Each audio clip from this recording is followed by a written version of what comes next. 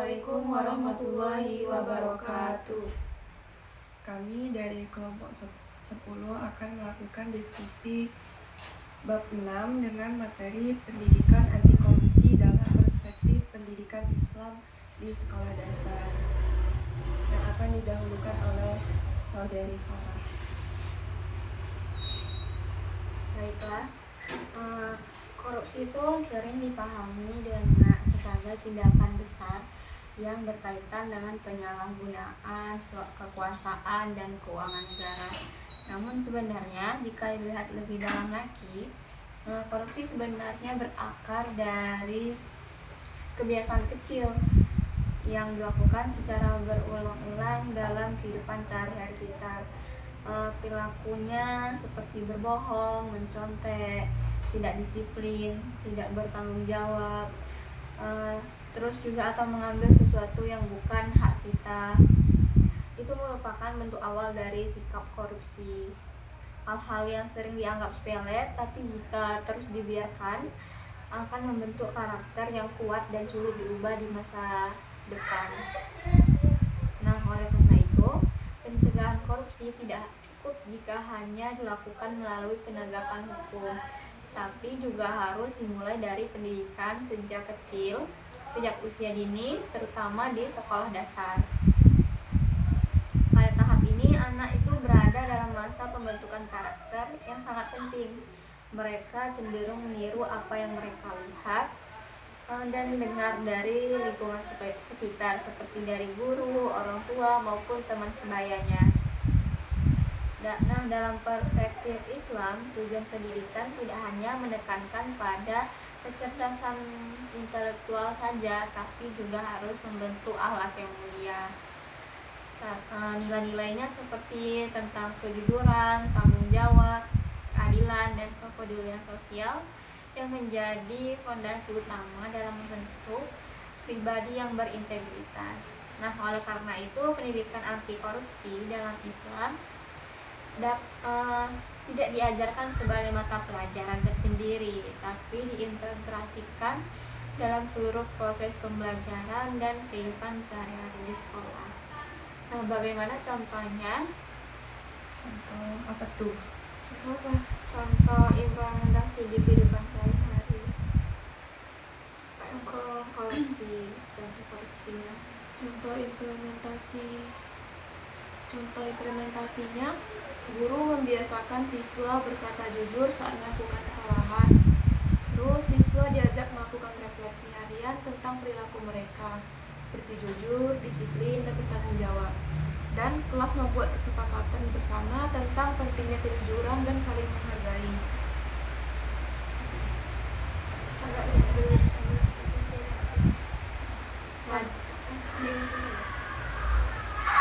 Contoh lainnya tuh juga kayak langsung memberi hukuman Iya. siswa diajak melakukan refleksi mereka jujur, disiplin, tanggung jawab. kayak seorang bendahara yang dikasih tanggung jawab untuk megang uang kas itu kan, mereka harus tanggung jawab, nggak boleh korupsi atau mengambil yang bukan hak mereka, uang mereka gitu kan. Contoh lainnya Jadi harus sesuai kesepakatan bersama tentang pentingnya kejujuran dan saling menghargai. Jika kebiasaan kecil bisa membentuk karakter besar, kebiasaan apa saja di sekolah yang perlu diperbaiki?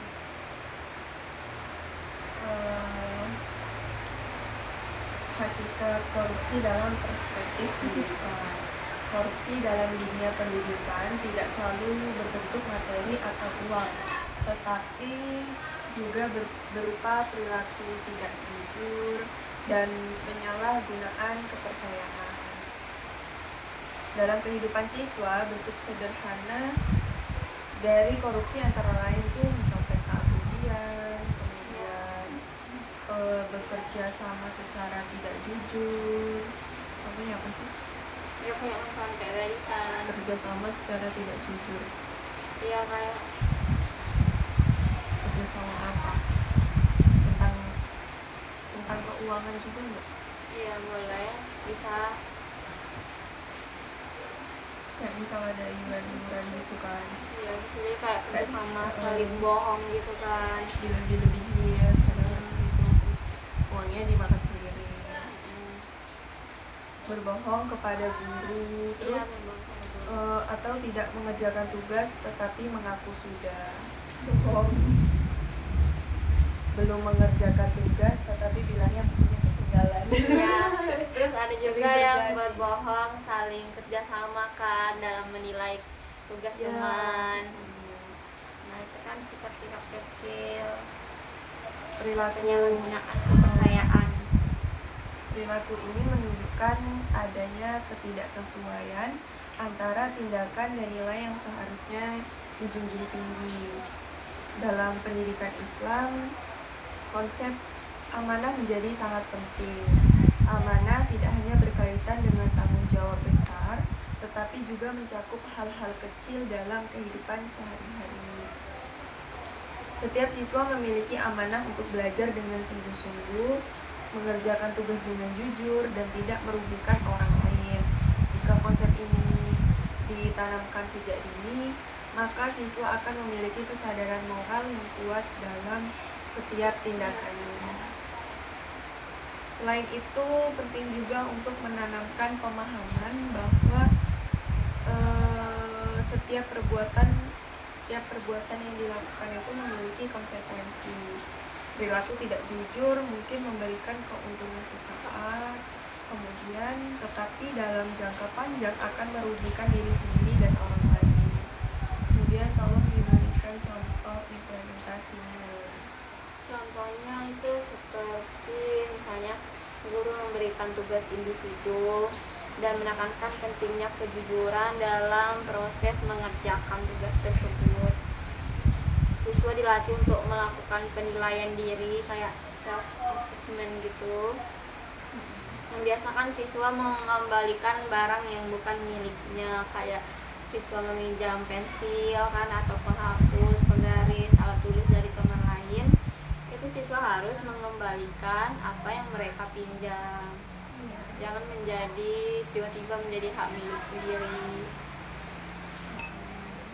Apalagi ya contohnya? Banyak sih kalau contoh kejujuran itu. Hampir setiap hari itu ada pertimbangan antara untuk tidak jujur dan jujur.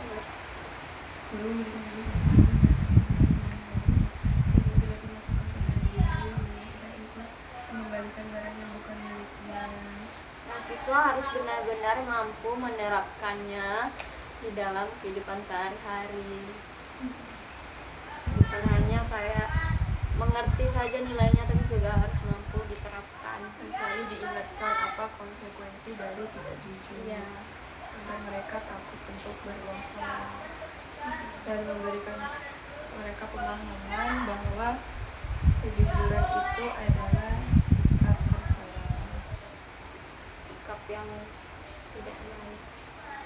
Kemudian jika siswa itu sudah tahu bahwa mencontek itu salah, mengapa mereka tetap melakukannya? Ya karena itu untuk cuman kayak apa tadi katanya tuh, untuk keuntungan yang sesaat saja, tidak untuk jangka panjang kan. Untuk sesaat dia bisa saja mendapat nilai yang tinggi kan. Mereka takut bukan nilainya tinggi. Mereka Nilai takut Itu dapat lebih nilai takut nilai jelek jelek. dibanding Kejujurannya. Jadi kita harus lebih menekankan dong kalau jujur itu bakalan nilainya lebih tinggi daripada mencontek. Jadi nggak apa-apa nilainya rendah Asalkan asalkan hasil jujur. pemikiran sendiri. Iya, hasil dari kerja sendiri. Karena itu cuma untuk keuntungan sesaat. Kalau untuk jangka panjang, jika dia mencontek, dia jadi nggak bisa memahami materinya kan. Kan untuk kedepannya dia lebih banyak tidak tahunya kan, akan lebih menjadi tidak paham dengan materi Ketergantungan tersebut. dengan teman. Iya, ketergantungan teman. Kemudian nilai-nilai anti korupsi dalam pendidikan Islam. nilai-nilai anti korupsi. Yang pertama itu kejujuran atau sidik. Kejujuran merupakan nilai utama dalam membentuk karakter anti korupsi. Tanpa kejujuran, seseorang akan mudah melakukan kecurangan demi kepentingan pribadi.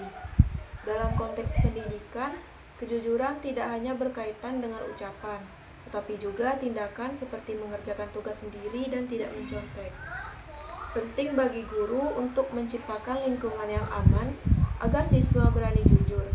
Jika siswa selalu takut dihukum, mereka cenderung berbohong untuk menghindari konsekuensi. Oleh karena itu, pendekatan yang digunakan harus bersifat mendidik, bukan sekedar menghukum. Selain itu, siswa perlu memahami bahwa proses jauh lebih penting daripada hasil yang tinggi. Nilai yang diperoleh dengan cara tidak jujur tidak memiliki makna dalam pembentukan karakter. Contoh implementasinya, ujian dengan pengawasan minimal untuk melatih kejujuran. Memberikan apresiasi kepada siswa yang jujur meskipun hasilnya belum maksimal, dan siswa diminta mengaku jika belum mengerjakan tugas. Ya, itu sama kan kayak yang kita jelaskan tadi. Iya. Untuk siswa yang jujur berarti kita perlu memberikan apresiasi, Iya. pujian gitu kan, agar seterusnya siswa menjadi lebih semangat lagi untuk jujur kita kan. Siswa merasa bahwa tindakannya benar kalau jujur itu. Jadi nggak takut untuk jujur. Iya, tidak takut untuk jujur. Siswa juga harus mengakui jika belum mengerjakan tugas. Berarti caranya Bukan kita jangan berbohong. pernah marah ke mereka kalau mereka bilang lupa belum mengerjakan tugas gitu ya. Iya, lebih tepatnya itu jangan dihukum kan, karena mereka bakal takut kalau dihukum dan lebih memilih jalan untuk tidak jujur. Jadi caranya cuma dinasihati doang. Iya, Mereka nggak nasihati. apa-apa gimana? Iya sih, kalau nggak Ya kapok. kalau dia dinasehatin terus juga Dua-duanya Kayak sama-sama dua-duanya sama-sama dapat konsekuensi sih. Mm-mm. Nggak mengerjakan sama nggak jujur. Tapi lebih ditekankan lagi konsekuensinya kalau tidak jujur. Iya, itu Lebih berat lagi konsekuensinya jika tidak jujur. Walaupun belum mengerjakan, tetapi dia jujur mengatakan bahwa dia belum mengerjakan, itu konsekuensinya tidak seberapa, sebanding dia bilang sudah mengerjakan tetapi kenyataannya belum. Iya, jadi kayak itu tuh harus kita harus melakukan pendekatan kepada siswanya tuh dengan mendidik kan, bukan cuma kayak marah-marahin, memukul, menghukum kayak atau apapun. Pokoknya perlu pendekatan yang mendidik siswanya, sehingga siswa tuh kayak bisa menyentuh hati siswa kan. Oh, ibunya baik, nggak menghukum aku, jadi aku harus lebih nggak boleh bohong sama gurunya, nggak boleh ngecewain gurunya, harus gitu kan harusnya. Nah, selanjutnya itu bagaimana membuat siswa tetap jujur meskipun takut jika nilainya rendah tadi kan. sama kayak tadi nggak sih kita Iya. Maka dari itu perlu menerapkan sikap amanah atau tanggung jawab yang berarti mampu menjalankan tugasnya dengan baik dan dapat dipercaya.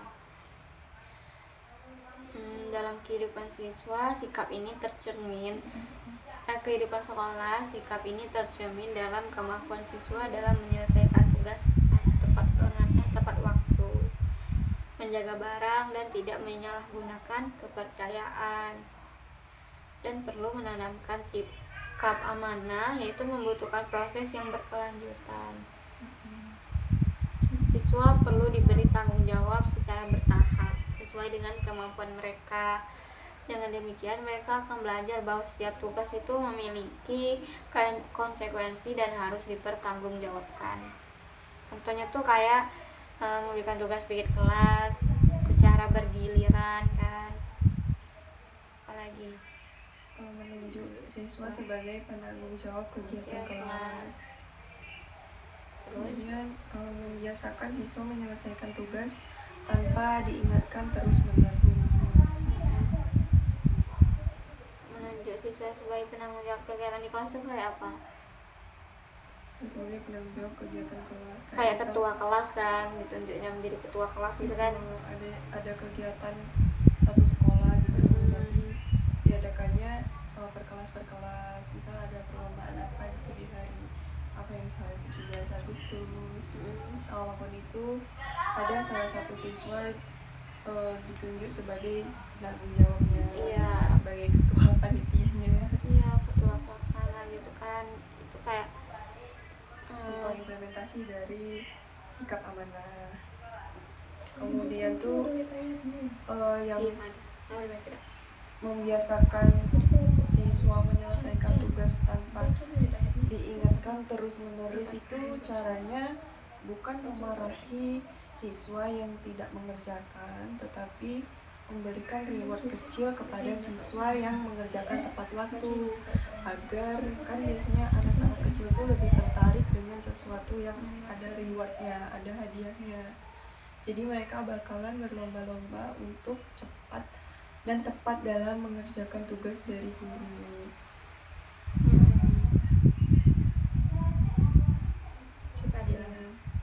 Keadilan.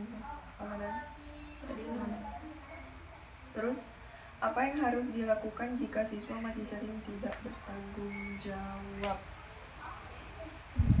Itu perlu menerapkan nilai keadilan sesuai dengan Keadilan tuh mengajarkan siswa untuk tidak curang dan menghargai hak orang lain. Dalam pembelajaran, keadilan penting agar siswa merasa dihargai dan tidak terdorong untuk melakukan kecurangan. Guru tuh memiliki peran besar dalam menunjukkan sikap yang adil. Jika guru saja tidak bersikap tidak adil, siswa akan kehilangan kepercayaan dan cenderung meniru perilaku tersebut. Kayak guru yang pilih kasih sesama siswa gitu kan, kayak memilih-milih siswa, pilih kasih dalam memberikan nilai yang tinggi gitu kan.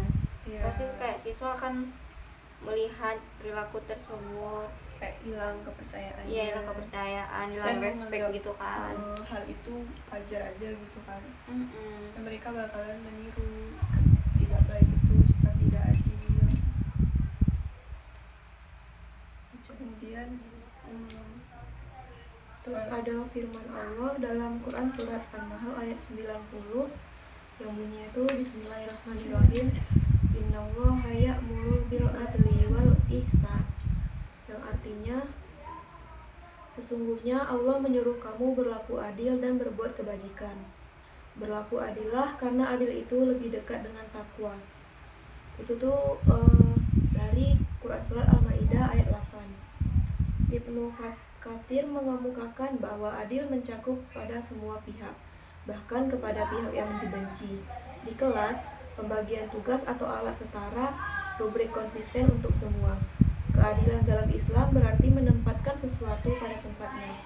Dalam skala kecil, anak-anak bisa dilatih berlaku adil dalam permainan, berbagi makanan dengan teman, atau bergiliran berbicara di kelas.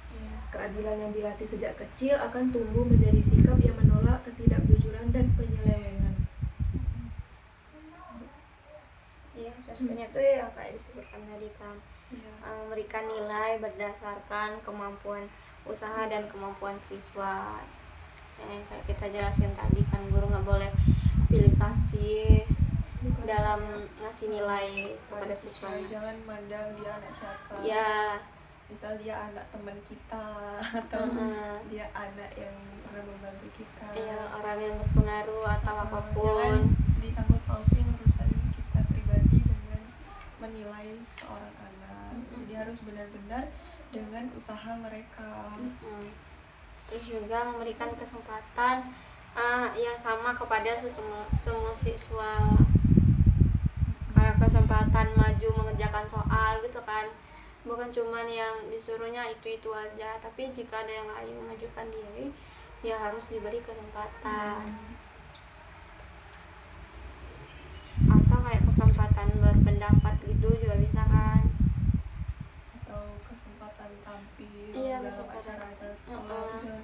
Itu aja semua harus dilibatkan, semua harus mempunyai kesempatan yang sama. Jangan cuma orang yang bisa aja yang disuruh gitu. Kita mengusahakan agar semua tuh bisa, agar kayak menjadi rata gitu kan, sama-sama diberi kesempatan. Kemudian ada membagi tugas kelompok secara merata.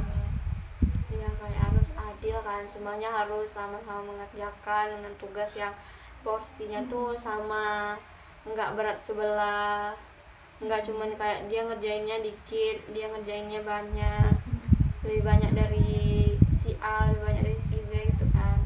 Jadi semuanya tuh Bahkan, harus sama rata. memilihkan anggota kelompok juga harus sama rata, nggak cuma tugasnya doang. Iya, Nggak bisa Anggota. mana yang sama yang pintar. iya jangan gitu. jangan yang pintarnya yang pintar aja gitu kan, Harus lengkap, dibagi harus rata agar adil. semuanya tuh bisa saling membantu kan, nggak berat sebelah. Terus dampak sikap tidak adil terhadap siswa itu apa aja? Ya itu jadi nggak ada ya. Dampak Baca ya.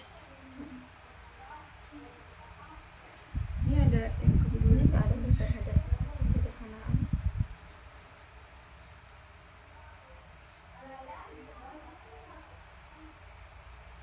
Ini kok ada di sini? Ini di sini. Lanjut. Kemudian ada sikap tanggung jawab dan disiplin.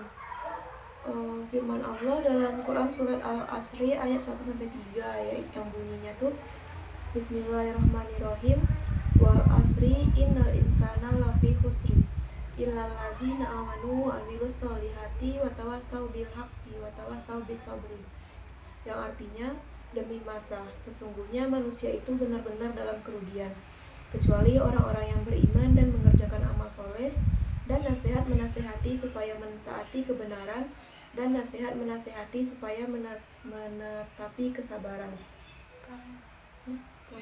Apa? Pelan-pelan.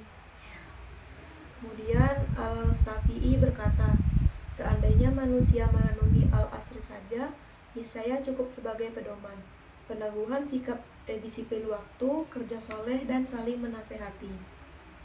Kemudian ada hadis yang berbunyi, kullukum ra'i wa kullukum mas'ulun an ra'iyah, yang artinya setiap kamu adalah pemimpin dan yang akan ditanya atas kepemimpinannya. Hadis ini mematrikan akuntabilitas peran yang sangat relevan untuk rotasi waktu dan laporan tanggung jawab. Integrasi juga erat dengan disiplin diri. Rasulullah mengajarkan pentingnya menepati janji dan menghargai waktu. Siswa SD harus dapat dibiasakan hadir tepat waktu, menyelesaikan tugas sesuai jadwal, serta bertanggung jawab terhadap barang pribadi maupun fasilitas sekolah. Iya, berarti kayak siswa harus dibiasakan untuk tanggung jawab dan disiplin. Kemudian ada apa sih kepedulian sosial ya? Ya. Anak-anak lagi. Dibaca kan di sini tadi. Kan? Coba, saya nggak dibaca. Kan tadi kita habis keadilan, sini nggak dibaca. Ada kepedulian sosial itu membantu siswa memahami bahwa tindakan mereka berdampak pada orang lain. Siswa yang peduli akan lebih berhati-hati dan tidak melakukan kecurangan karena menyadari dampaknya. Nilai ini juga mendorong siswa untuk tidak bersikap egois dan lebih menghargai kerjasama. Contoh implementasinya membantu teman yang kesulitan dalam belajar. Bukan berarti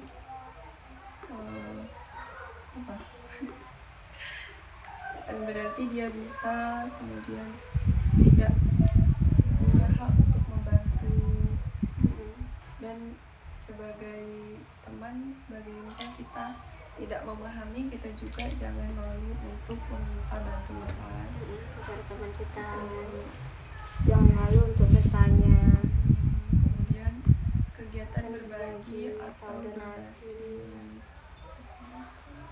Kayak berbagi kepada yang membutuhkan. Terus kerja kelompok yang menekankan kebersamaan. Iya. Itu dari bentuk kepedulian sosial. Terus Baik. Beda-bedanya dari bahasa. Itu sama kayak nilai kesederhanaan atau zuh. Sebagaimana firman Allah Subhanahu wa taala yang berbunyi Bismillahirrahmanirrahim likai la ta'sau ala ma fatakum wa la tafrahu bima atalakum, yang artinya dari Quraisy menafsirkan ayat ini sebagai penataan emosi kepemilikan, yaitu mengikis rakus, pendidikan, membiasakan cukup, hemat, dan berbagi. Firman Allah juga yaitu Alhaakumut Takasur, yang artinya ayat itu memperingatkan kompetisi harta yang melalaikan, di mana sekolah melatih anak untuk menahan diri dan memuliakan faedah sosial di atas praktis pribadi. Salah satu akar korupsi itu adalah kerakusan. Kayak setiap orang tuh nggak pernah merasa cukup kan apa yang udah mereka miliki. Selalu ngerasa kurang mau lagi gitu. Nggak pernah puas. Iya, nggak pernah puas atas apa yang mereka miliki. Jadi salah satu akar korupsi itu adalah kerakusan. Nilai kesederhanaan dalam Islam itu mengajarkan anak untuk hidup yang sewajarnya, tidak berlebihan dan tidak silau dengan harta. Seperti kayak membiasakan anak untuk hemat, tidak membuang-buang makanan, dan berpakaian sesuai kebutuhan. Itu juga penting. Sesuatu yang tidak penting. Iya, membeli sesuatu yang penting saja.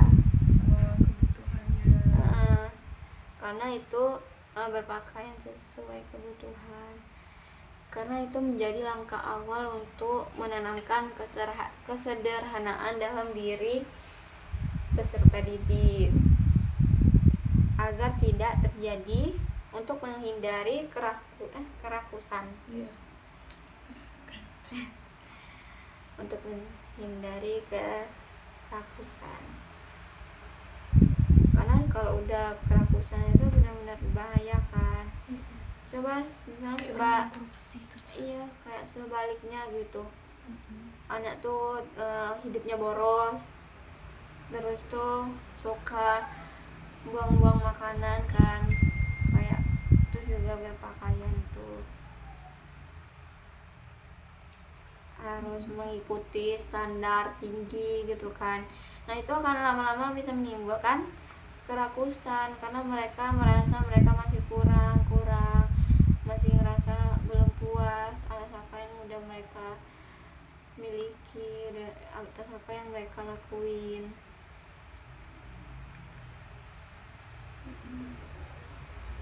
Jadi pentingnya menanamkan hidup kesederhanaan.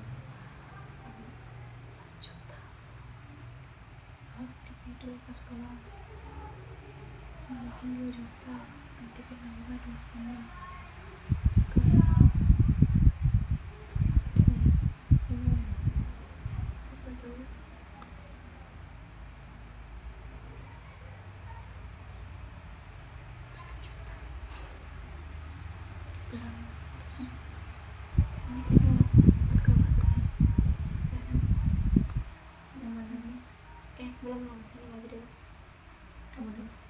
Selanjutnya itu kayak konteks di Indonesia.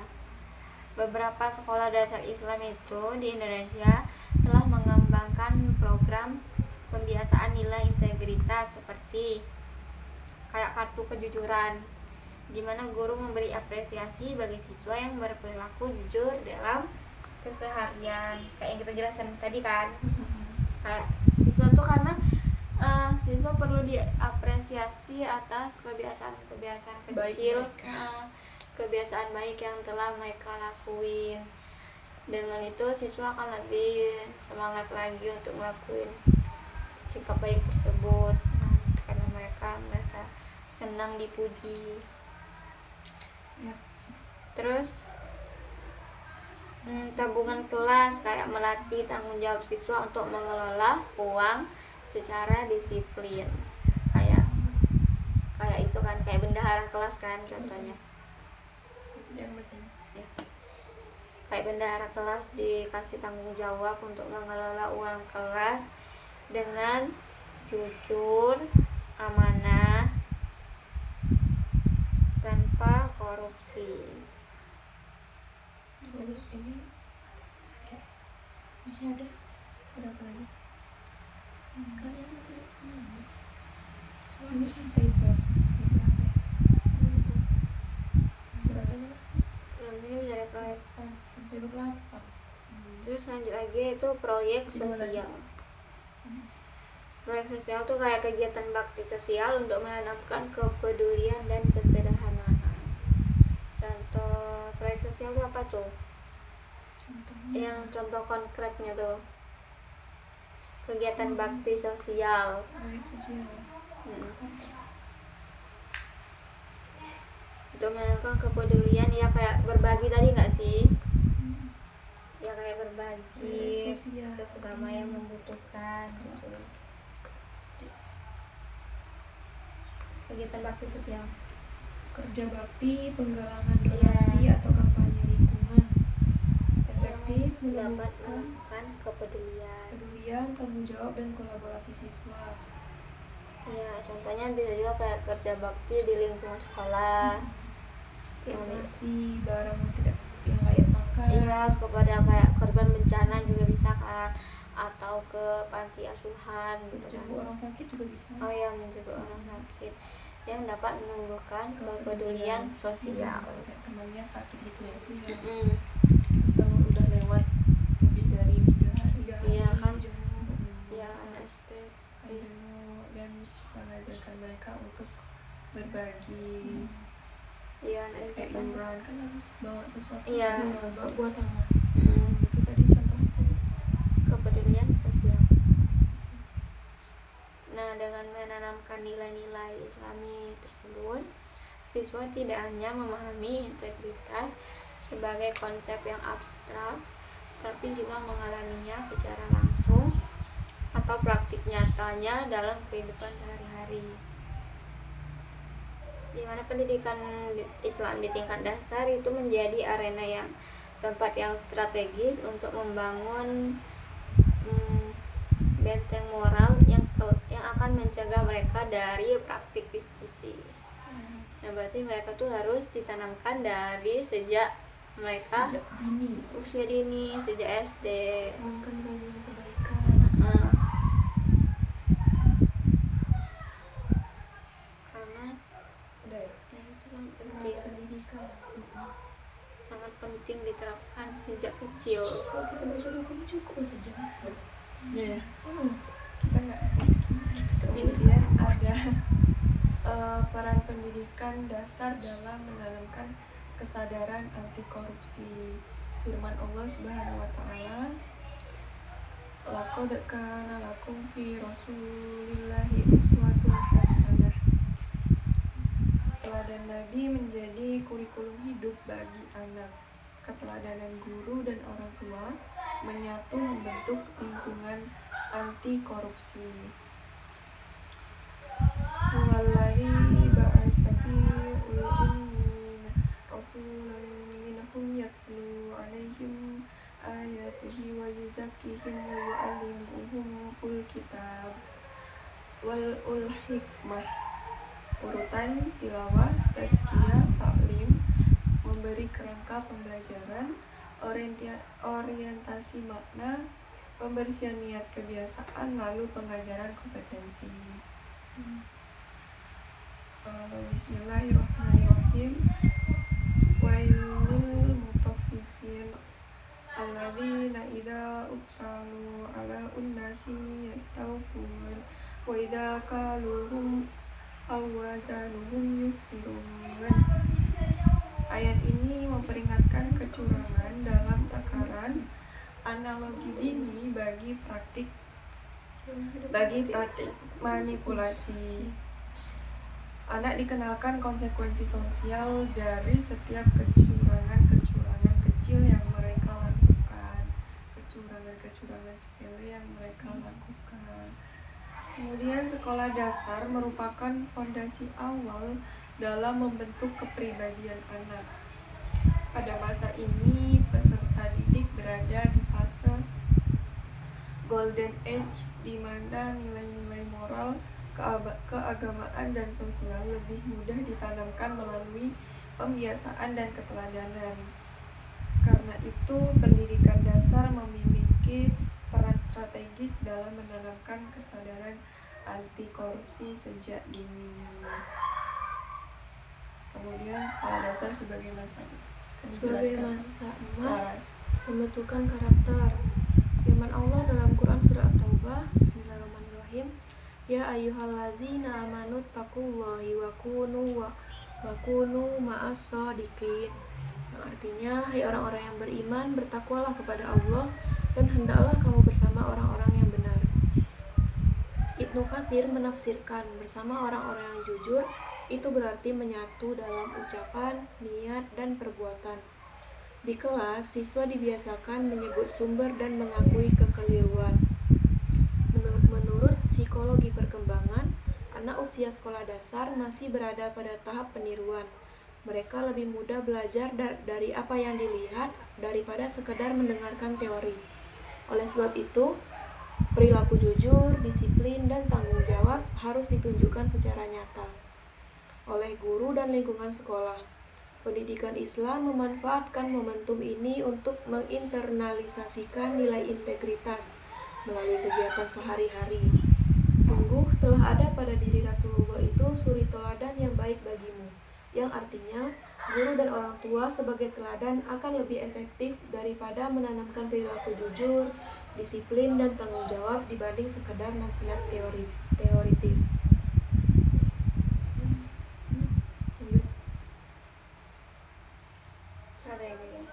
Kemudian strategi pembelajaran anti korupsi.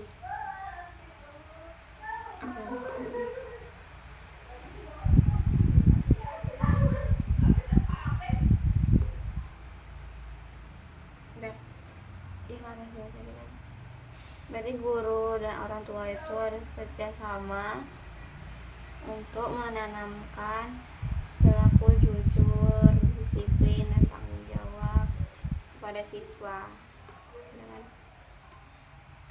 Selanjutnya, strategi pembelajaran anti korupsi. Di mana firman Allah Subhanahu wa taala yang berbunyi, Bismillahirrahmanirrahim, Innallaha ma ya'murukum an tu'addul al-amanati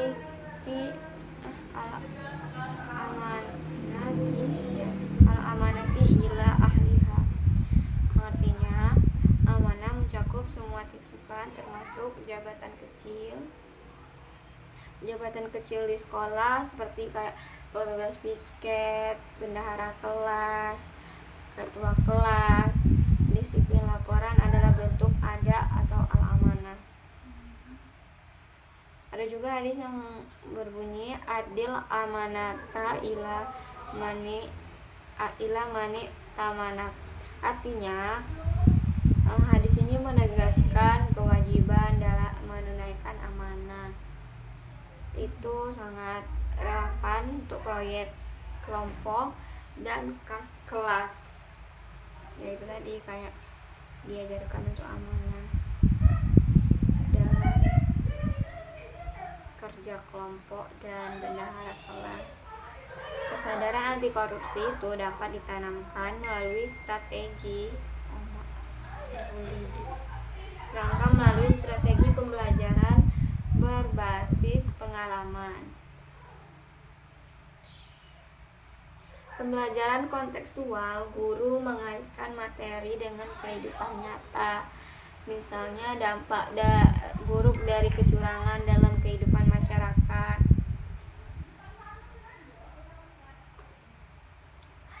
Guru mengaitkan misalnya dampak buruk kecurangan dalam masyarakat. Contohnya itu simulasinya yaitu permainan edukatif, kayak anak-anak dilibatkan dalam role play mulai tentang pentingnya kejujuran dan tanggung jawab. Pembiasaannya tuh kayak membiasakan anak mengembalikan barang yang bukan miliknya, terus juga membayar tepat uang di kantin, dan disiplin dalam tugas. Berarti kayak membayar uang pas di kantin tuh juga merupakan Pencegahan korupsi. Iya, pencegahan korupsi. Dari Karena hal kecil. kalau dia bayarnya kurang sama aja berarti kayak dia korupsi kan. Beli 5 ngaku 2. Iya, ngaku 2 itu udah korupsi sejak dini berarti. Korupsi kecil-kecilan. Iya, korupsi kan sesuatu tuh dimulai dari kecil-kecil Kecil. dulu kan, nanti lama-lama nambah lagi itu kan bahaya ya untuk tingkat lanjutnya. Terus biasakanlah dirimu untuk berkata benar, karena kebenaran itu membawa kepada kebaikan, dan kebaikan membawa ke surga. Itu hadis riwayat Bukhari Muslim, di mana dalilnya menegaskan pentingnya pembiasaan kejujuran sejak dini. Ya misalnya seperti melalui kantin tadi kan, kejujuran, simulasi, dan pembelajaran kontekstual. Nah, bagaimana peran guru, keluarga, dan masyarakat? 50 aja. Kita juga tadi lupa. Itu nama kita. Nah, itu bilang perkenalan tadi. Ya, lupa. Bagaimana peran guru, keluarga, dan masyarakat tuh? Perannya mana? Firman Allah Subhanahu wa taala, Bismillahirrahmanirrahim. Inna Allaha ya'muru bil adli wa ulil ihsan wa'dilu wa aqrabu lit taqwa. Ibnu Khatir adil bahkan terhadap pihak yang dibenci di kelas, seperti pembagian tugas atau alat setara, rubrik konsisten untuk sesama. Pendidikan anti korupsi tidak mungkin berhasil tanpa sinergi antara guru, sekolah, dan masyarakat. Guru berfungsi sebagai teladan, bukan hanya pengajar, sehingga setiap perilaku dan keputusan yang ia ambil akan menjadi contoh nyata bagi siswa. Sekolah bertanggung jawab membangun sistem yang transparan, misalnya dalam pengelolaan dana BOS atau dalam mekanisme penghargaan dan hukuman yang adil. Di luar sekolah, masyarakat dan orang tua juga perlu berperan aktif. Lingkungan keluarga yang membiasakan anak pada nilai kejujuran akan memperkuat pendidikan yang diperoleh di sekolah. Dengan demikian, pencegahan korupsi menjadi gerakan kolektif, bukan hanya tanggung jawab individu. Pendidikan dasar tidak bisa berjalan sendiri. Guru adalah teladan utama di sekolah, namun keluarga adalah madrasah pertama yang membentuk nilai anak. Masyarakat juga harus mendukung dengan menciptakan lingkungan sosial yang bersih dari praktik ketidakjujuran. Jika ketiga unsur ini bersinergi, maka kesadaran anti korupsi akan lebih kuat tertanam dalam diri anak. Rasulullah SAW bersabda, "Setiap kalian adalah pemimpin dan setiap pemimpin akan dimintai pertanggungjawaban atas yang dipimpinnya." Hadis riwayat Bukhari Muslim. Hadis ini menegaskan bahwa guru, orang tua, dan masyarakat sama-sama memikul amanah dalam menjaga anak-anak agar tumbuh menjadi pribadi yang amanah dan anti korupsi. Next.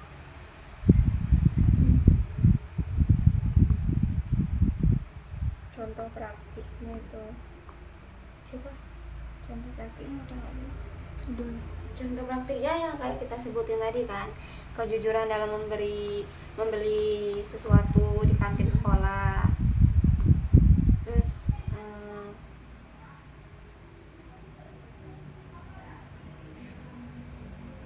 kayak proyek sekolah, siswa diajak mengelola dana bersama untuk kegiatan sosial, hingga belajar transparansi dan tanggung jawab. Dengan strategi yang tepat, pendidikan dasar dapat menjadi pintu penting untuk melahirkan generasi anti korupsi yang sejalan dengan misi pendidikan Islam untuk membentuk iman yang berakhlak mulia, untuk insan yang berakhlak mulia. Ya, bagaimana lagi? Integrasi nilai anti korupsi dalam kurikulum dalam pendidikan agama PAI atau pendidikan agama Islam, fokus pada amanah, ibadah, dan muamalah. Tafsir Al-Qurtubi menegaskan keluasan cakupan amanah. Terus dalam matematika, menafsirkan keadilan dalam takaran timbangan adalah standar etika ekonomi. Di kelas ini menjadi etos akurasi dan jujur menghitung. Kemudian di bahasa Indonesia, mengarahkan etika bertutur dan menulis, relevan dengan anti plagiarisme dan citasi. Kemudian di mata pelajaran IPS, fokusnya pada keadilan sosial dan tata kelola kebersihan.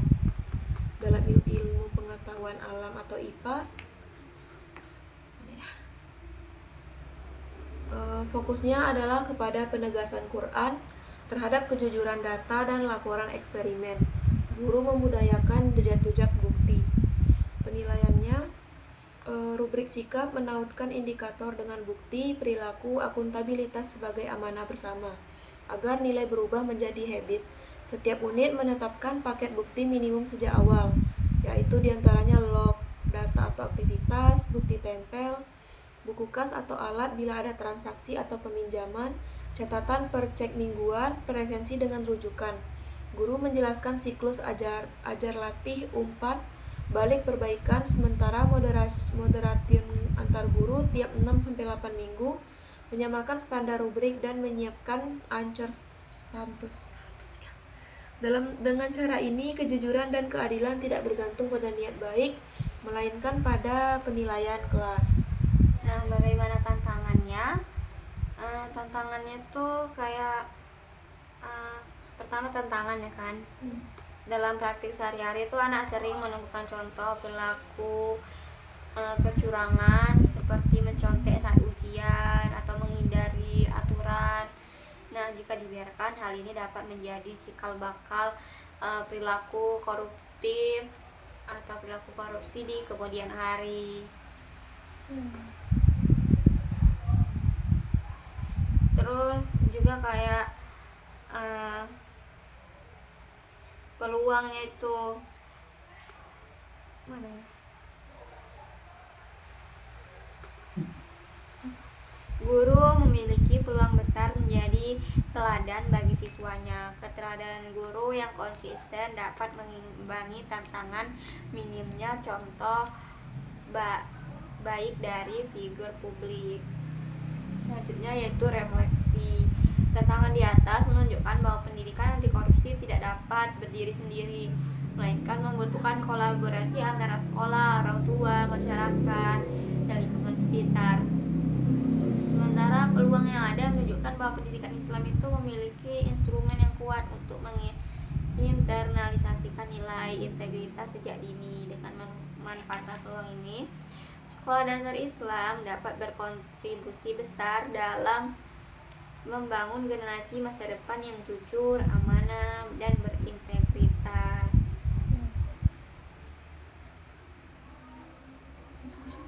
Selanjutnya udah 4 sih. Studi kasusnya ada nggak? Ya, baca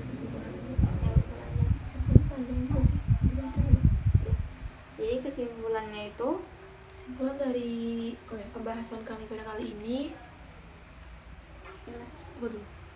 yaitu pendidikan Islam di sekolah dasar memiliki peran strategis sebagai benteng moral untuk mencegah perilaku korupsi sejak dini. Landasan yang kuat dari Al-Quran dan hadis menegaskan bahwa korupsi adalah bentuk pengkhianatan terhadap amanah Allah dan keadilan sosial. Analisis filosofis melalui dimensi ontologi, epistemologi, dan aksiologi semakin memperkokoh pandangan bahwa manusia sejatinya adalah khalifah yang harus menjaga amanah, menggunakan ilmu secara benar, serta beramal demi kebaikan bersama. Nilai seperti kejujuran, amanah, keadilan, tanggung jawab, disiplin, dan kesederhanaan merupakan fondasi utama untuk membangun integritas Melalui pendidikan dasar, nilai-nilai ini dapat ditanamkan secara efektif lewat pembiasaan, keteladanan guru, keterlibatan keluarga, dan dukungan masyarakat. Strategi pembelajaran yang kontekstual dan integratif menjadikan pendidikan Islam bukan hanya transfer pengetahuan, melainkan juga membentuk karakter anti korupsi. Nah, meskipun terdapat tantangan seperti budaya permitif terhadap kecurangan dan minimnya keteladanan figur publik, peluang tetap terbuka lebar melalui dukungan regulasi nasional, program pendidikan anti korupsi dari lembaga negara yang berwenang. Dengan memanfaatkan peluang tersebut, sekolah dasar Islam dapat menjadi pelopor lahirnya generasi yang berintegritas. Nah, buku ini sebagai refleksi pendidikan Islam sejatinya merupakan perwujudan dari amanah Allah SWT.